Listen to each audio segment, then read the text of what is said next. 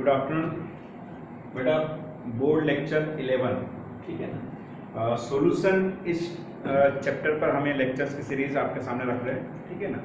इस particular 11 board lecture में हम जो टॉपिक पढ़ने जा रहे हैं बेटा वो कॉलिगेटिव प्रॉपर्टी सेकेंड, ठीक है ना, बराबर है। कॉलिगेटिव प्रॉपर्टी सेकेंड नाम क्या है बेटा? बॉइलिंग पॉइंट एलिवेशंस, ठीक है। अब इसमें हमें पढ़ना है, ठीक है। तो सबसे पहले शुरुआत करने से पहले बेटा इसमें बॉइलिंग पॉइंट इसका डेफिनेशन ही हमें पहले समझना होगा, ठीक है ना।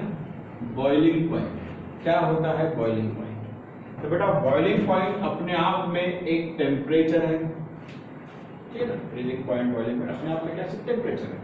तो it is a temperature at विच, क्या होता है इस टेम्परेचर पर? तो एट विच, ठीक है ना, liquid state and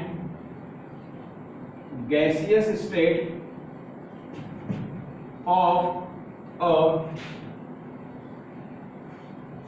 substance coexist. Boiling point मतलब बेटा एक ऐसा टेम्परेचर जिस टेम्परेचर पर किसी भी सब्सटेंस का, ठीक है, लिक्विड स्टेट और गैसियस स्टेट दोनों एक साथ आपको देखने मिले, एक साथ, ठीक है। जहां से स्टार्टिंग होती है उसी को बोलते हैं हम, जहां पे दोनों स्टेट आपको एक साथ देखने मिले उस स्टार्टिंग टेम्परेचर को हम क्या बोलेंगे? बॉइलिंग पॉइंट, ठीक है। अब ये जो डेफिनेशन है इसके अलावा एक और डेफिनेशन आपको देखने मिलेगी, ठीक है, दूसरी डेफिनेशन, ठीक है। The boiling point is a temperature at which vapour pressure, मतलब वेपर प्रेशर की टर्म में दिया है, ठीक है ना, eight which vapour pressure of, ठीक है ना। अच्छा आप लिखने की जरूरत नहीं। Vapour pressure becomes equal to atmospheric pressure,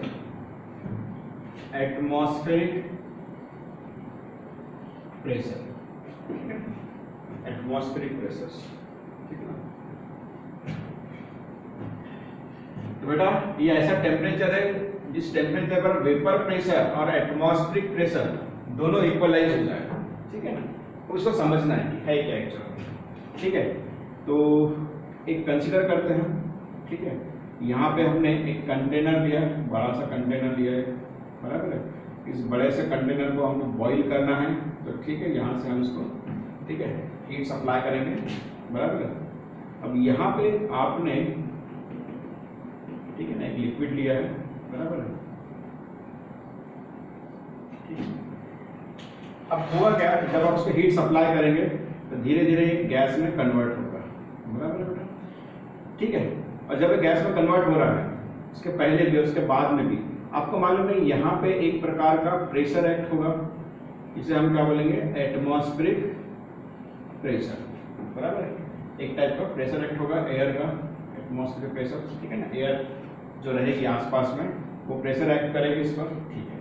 तो बेटा जैसे कुछ समय के बाद, जैसे आप उसको हीट सप्लाई करते हैं, कुछ समय के बाद होता है कि ये मॉलिक्यूल्स यहाँ से ऊपर इस तरह से, ठीक है ना, उठना चालू होते हैं और यही मॉलिक्यूल्स फिर गैस में कन्वर्ट हो जाते हैं, गैस बन के फिर ये चले बाहर, बराबर। इस तरह से गैस में कन्वर्ट होना चालू हो जाते हैं मॉलिक्यूल्स इस तरह से, बराबर। तो बेटा एक पर्टिकुलर टेम्परेचर पर ही या फिर वहां से स्टार्ट होती है इन मॉलिक्यूल्स का ऊपर उठना और यहाँ से फ्री हो जाना। उसके पहले क्यों नहीं, ठीक है ना। इसका मतलब उसके पहले वो इसलिए नहीं हो रहे थे क्योंकि उसके ऊपर एक पर्टिकुलर प्रेशर एक्सर्ट हो रहा था और यहाँ के मॉलिक्यूल जो थे, सरफेस के मॉलिक्यूल्स, ठीक है ना, इनके पास उतनी एनर्जी नहीं थी, बराबर है, उतनी एनर्जी नहीं थी जो इस एटमॉस्फेरिक प्रेशर को क्या कर सके? ओवरकम कर सके, ठीक है ना। तो जैसे जैसे हीट सप्लाई करते रहे आप, तो उस हीट की वजह से इन्हें एनर्जी मिली, ठीक है, और उसी एनर्जी के बेसिस पर ये मॉलिक्यूल्स फिर क्या कर सके? इस एटमॉस्फेरिक प्रेशर को ओवरकम कर सके। तो ये जो गैस में कन्वर्ट होगा मॉलिक्यूल्स, ठीक है। और आपको मालूम है गैस में कन्वर्ट होने के बाद ये मॉलिक्यूल्स को अगर हम यहाँ पे कलेक्ट करें तो यही मॉलिक्यूल इसके ऊपर जो प्रेशर एक्सर्ट करते हैं उसको क्या बोलते हैं, वेपर प्रेशर, बराबर। तो गैस में कन्वर्ट होने के बाद ही वेपर प्रेशर क्रिएट होगा, और वेपर गैस में कन्वर्ट कब होगा, जब वो एटमॉस्फेरिक प्रेशर को ओवरकम करेगा। इस वजह से यहाँ पे डेफिनेशन लिखी है कि हर temperature at which vapour pressure becomes equal to the atmospheric pressure, ठीक है। इस रेफरेंस में वो दिया हुआ है, ध्यान रखिएगा, ठीक है। चलो अब हम नेक्स्ट जो पॉइंट है, ठीक है बेटा, हम बॉइलिंग पॉइंट की स्टडी कर रहे हैं, ठीक है ना। तो बॉइलिंग पॉइंट जो है, boiling point of a solvent, ठीक है, अगर मुझे इंक्रीज करना है सॉल्वेंट का बॉइलिंग पॉइंट, मुझे इंक्रीज करना है तो मैं क्या कर सकता हूं, तो हम क्या कर सकते हैं बेटा, उसमें कुछ ऐड कर सकते हैं। इंक्रीज कैसे हो सकता है, by adding non volatile solid. ये सबसे इंपॉर्टेंट चीज है, क्योंकि बेटा हमें पढ़ना भी वही चीज है, एलिवेशन पढ़ना है, कैसे हम इंक्रीज कर सकते हैं। इसीलिए बेटा यहाँ पे मैंने ये इंक्रीज वाली टर्म लिखी है, और ध्यान रखो क्या ऐड करके हम उसको कर सकते हैं, नॉन वोलेटाइल सॉल्यूट। ऐसा क्यों, सिर्फ सॉल्यूट क्यों नहीं लिखा बेटा, नॉन वोलेटाइल इसलिए लिखा गया है क्योंकि बेटा ये ऐसा सब्सटेंस है जो गैस में कन्वर्ट ही नहीं होना चाहता। इसका मतलब बहुत ज्यादा हीट सप्लाई करना पड़ेगा, और जितना ज्यादा हीट सप्लाई करेंगे बेटा उतना बॉइलिंग पॉइंट और ज्यादा आएगा। इसलिए लिखा है कि नॉन वोलेटाइल सॉल्यूट। अगर हम वोलेटाइल सॉल्यूट ले लेते हैं, वोलेटाइल सॉल्यूट अगर हम लेते हैं तो क्या हो जाएगा बेटा, बहुत जल्दी गैस में कन्वर्ट हो जाएगा, मतलब बॉइलिंग पॉइंट उतना ज्यादा नहीं आएगा, ठीक है ना। तो ज्यादा आना चाहिए क्योंकि हमको वही रेफरेंस में पढ़ना है, बॉइलिंग पॉइंट एलिवेशन ही पढ़ना है, इसीलिए यहाँ पे लिखा हुआ है नॉन वोलेटाइल सॉल्यूट, ठीक है। अब इसको समझने के लिए यहाँ पे हम, ठीक है, तो इस तरह से पहले लाइन ड्रॉ कर लेते बेटा, ठीक है ना। अब हम यहाँ पे कुछ कंसीडर करते हैं, टी बी ऐसा अगर लिखा है मान लो, इसका मतलब क्या होगा, बॉइलिंग पॉइंट, ठीक है ना। यहाँ पे 0 लग गया, मतलब boiling point of pure solvent, ठीक है ना। तो इसका मतलब ये हो गया boiling point of pure solvent, ठीक है ना। तो उसके बाद में टीबी अगर ऐसा लिखा है मतलब ये भी बॉइलिंग पॉइंट है, लेकिन अब 0 तो लगा नहीं है, ये किसका बॉइलिंग पॉइंट रहेगा, तो बॉइलिंग पॉइंट ऑफ सॉल्यूशन, ठीक है ना, कंटेनिंग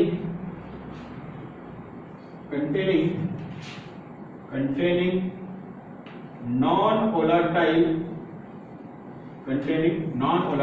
सॉल्यूट, ठीक है, ये हमने कंसीडर किया, ठीक है। फिर बेटा यहाँ पे हम एक कुछ एग्जांपल देखते हैं। मान लीजिए चलो कि एक टेबल है और इस टेबल के ऊपर, ठीक है ना, इस तरह से एक कंटेनर लगा है इधर और दूसरा कंटेनर लगा है इधर, दोनों कंटेनर। इस कंटेनर में हमने इस कंटेनर में लिया है बेटा, ठीक है ना, इस कंटेनर में लिया है सॉल्वेंट, प्योर सॉल्वेंट, और इस कंटेनर में लिया है, ठीक है ना, इस कंटेनर में लिया है solvent plus solute, non volatile solute. तो सॉल्यूट को कैसे दिखाया मैंने, इस तरह से दिखाया है, ठीक है ना, ऐसे कुछ मॉलिक्यूल्स दिखाए हैं, ठीक है ना। इधर जो है बेटा वो प्योर सॉल्वेंट है, ठीक है ना। यहाँ पे जो है वो सॉल्यूशन है containing non volatile solute, containing non volatile solute, ठीक है। चलो ठीक है, अब हम दोनों को हीट सप्लाई करेंगे, ठीक है ना, दोनों को हीट सप्लाई करेंगे, ठीक है ना। अब दोनों को हीट सप्लाई करने के बाद आपको मालूम है कि दोनों ही कंडीशन में ये गैस में कन्वर्ट होगा, बराबर है।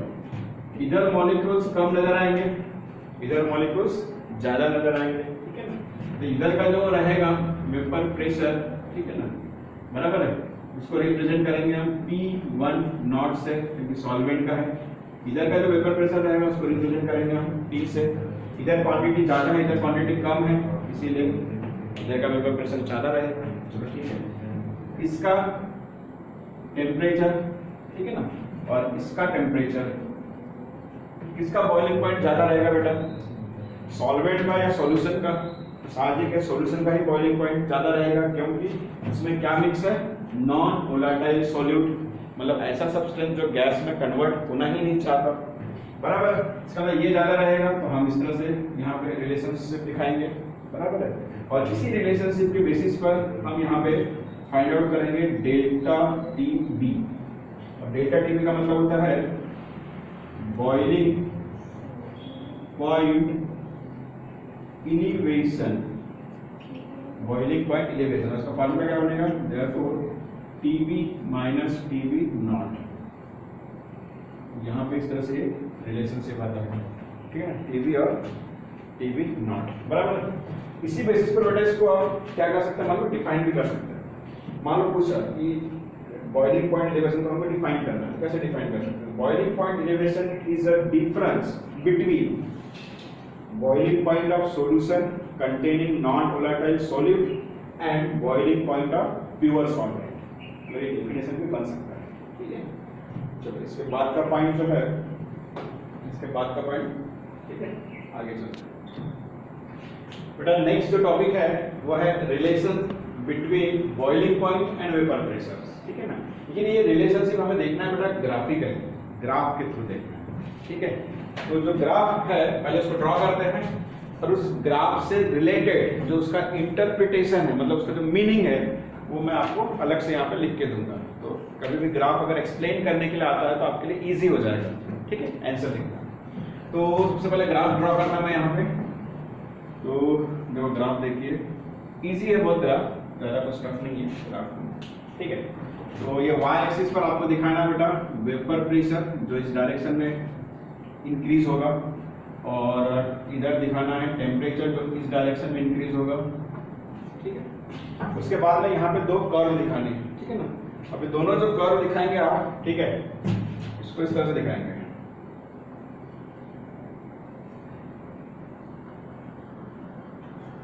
ठीक है। अभी दोनों कर्व जो दिखाया आपने, ठीक है, इसको थोड़ा सा ऐसा, ठीक है, बराबर पैरेलल थोड़ा सा रहना चाहिए, ठीक है। अब इस ये ऊपर वाला जो कर्व है बेटा, ये है सॉल्वेंट का, मतलब 100% प्योर सॉल्वेंट, और ये वाला जो कर्व है ये है सॉल्यूशन का, ठीक है। उसके बाद में यहाँ पे पॉइंट फिक्स करना है, ठीक है। अब वेपर प्रेशर है तो यहाँ पे जो प्रेशर इंडिकेट होगा वो 760 mm ऑफ Hg, ठीक है। और इस पर्टिकुलर पॉइंट से रिलेटेड इधर जो भी पॉइंट्स मिलेंगे, ठीक है ना, तो यहाँ पे डॉटेड लाइन हम ये करेंगे, यहाँ पे एक पॉइंट मिला, यहाँ पे एक पॉइंट मिला, ठीक है। तो इस पॉइंट को नाम देंगे बेटा A, ठीक है ना, और एक ग्राफ जो है, ठीक है ना, इसको ग्राफ, ठीक है, तो यहाँ पे नाम दे देंगे इस तरह B, इस पॉइंट को नाम देंगे C, और यहाँ पे नाम दे देंगे D। मतलब एक कर्व हो जाएगा AB और ये कर्व हो जाएगा CD, ठीक है। अच्छा, ये जो C है इस पॉइंट से रिलेटेड यहाँ पे जो टेम्परेचर आएगा, ठीक है ना, और इस पॉइंट से रिलेटेड यहाँ पे जो टेम्परेचर आएगा, ठीक है ना, इस तरह से, ठीक है। तो बेटा ये सॉल्वेंट का पॉइंट है, इसलिए यहाँ पे जो भी आएगा वो होगा Tb नॉट, ये सॉल्यूशन का पॉइंट है, ठीक है। तो यहाँ पे जो भी आएगा बेटा Tb, और अभी अभी हमने पढ़ा कि Tb की वैल्यू ज्यादा है, देखो ग्राफिकली भी हमने प्रूव कर दिया कि boiling point of solution is more than boiling point of solvent, ठीक है। अच्छा, ये दोनों का जो गैप है, ये गैप क्या रिप्रेजेंट करेगा, डेल्टा Tb, ठीक है। ग्राफ बहुत इजी था, ठीक है बेटा। इसमें कंक्लूजन, पहला कंक्लूजन, सबसे पहला कंक्लूजन, ठीक है ना। फर्स्ट कंक्लूजन यह है, ठीक है, बराबर। फर्स्ट कंक्लूजन जो है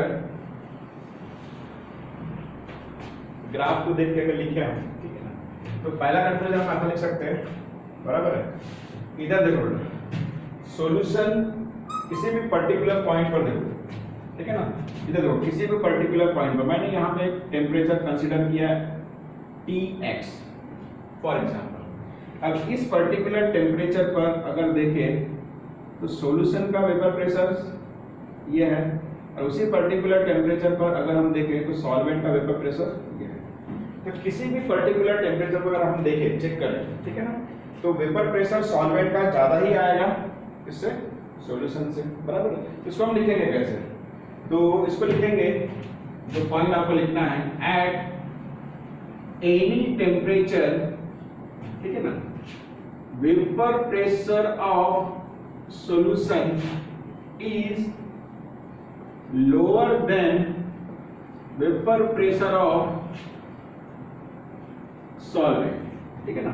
ये पॉइंट मैंने आपको इससे इंडिकेट भी किया, वेपर प्रेशर सॉल्यूशन का कम है, सॉल्वेंट का ज्यादा है।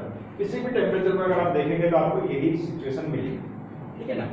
अच्छा, इसमें सेकंड पॉइंट जो है ये आप क्या लिख सकते हैं, बेटा अगर ग्राफ को देखें, इसमें सॉल्यूशन का ग्राफ बेटा नीचे है, सॉल्वेंट का ऊपर है, ठीक है। तो यहां पर लिख सकते हैं vapour pressure curve of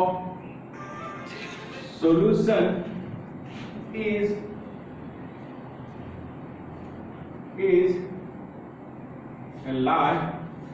lower than, ठीक है ना, ये बिलो लिख सकते हैं। Vapour pressure curve of the solution is below than vapour pressure curve of